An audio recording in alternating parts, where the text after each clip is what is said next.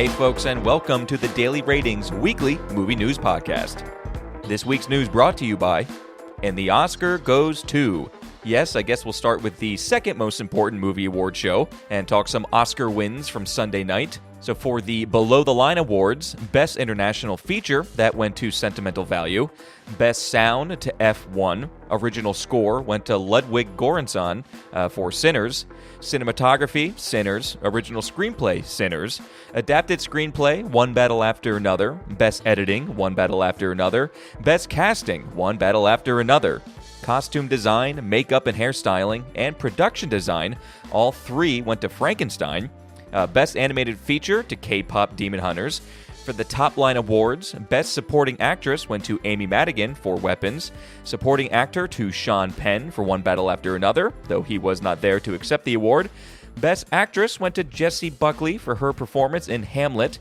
And Best Actor went to Michael B. Jordan, playing dual roles in Sinners. Best Director went to Paul Thomas Anderson for One Battle.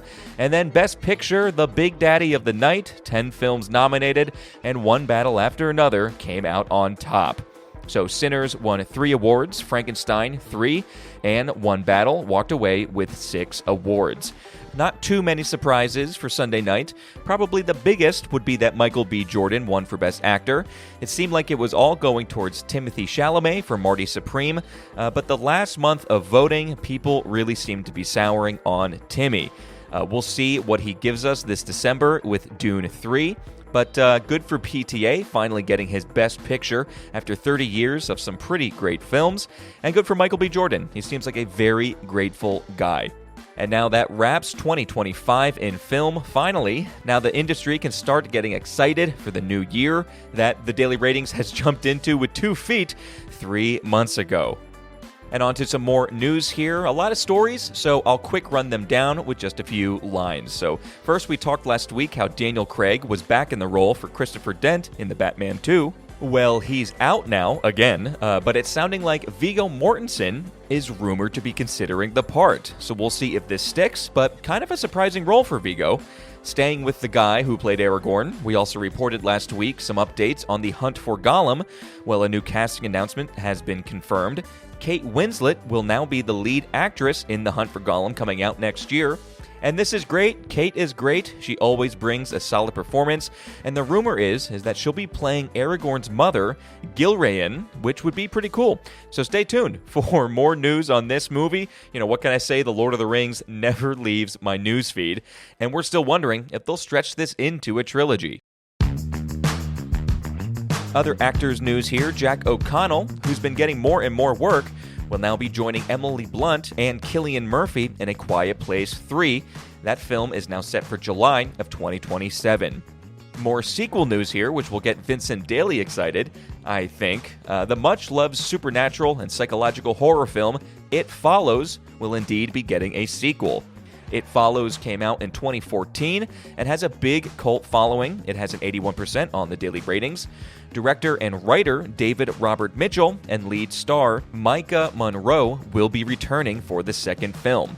And even better yet, production looks to be starting this summer already, so it sounds like It Follows 2, or They Follow, or We All Follow will be coming out next year. I have a few director stories here that I wanted to talk about. So the news has been quiet on the Alien Romulus sequel for a bit. Fede Alvarez directed the first film and wrote the script for the second film, but then backed out of filming it, or he was let go, but then he said that was always the plan in the first place. It's a little murky there. But anyway, director Michael Sarnowski is circling the project. Michael made a great film with Nick Cage in 2021 called Pig, and he also directed A Quiet Place Day One, and is set to direct the film adaptation of Death Stranding. So he does have some cred, and I can see him directing an Alien film. Bradley Cooper, who's set to star alongside Margot Robbie in the Ocean's 11 prequel film taking place in the early 1960s. Cooper, though, might now be writing the script and directing the film as well. This is now the third director change. So originally it was Jay Roach set to direct, but then Lee Isaac Chung was in for a while. He was the guy who directed Twisters. But now last week, Chung has backed out due to creative differences. And with filming supposed to start this summer, it sounds like Bradley may just step in and also rewrite a lot of the script too. So we'll see. He is a capable guy, and he's alongside Margot Robbie, who now has a lot of producer credibility. So maybe if they helm it together, we'll see something quite good. Even though Project Hail Mary hasn't quite come out yet, its release is this coming weekend, the reports and reviews coming out of the screeners are pretty solid. So the directing duo, Phil Lord and Chris Miller, have openly talked about their hopes in the near future. And it's adapting another Peter Weir novel called Artemis. Another sci-fi novel, of course, from Weir, who wrote Project Hail Mary and The Martian. The directors actually had Artemis in their sights years ago, but said what held them back from jumping in on it was trying to figure out how to film 1/6 of Gravity. Well, they said that they figured it out and would like Artemis to be their next film. And, oh, by the way, the script is already completed, so this could happen relatively quickly. And even though Steven Spielberg's Disclosure Day hasn't quite come out yet, it is set for June 12th. Spielberg did give a glimpse of his next project, which he's already working on.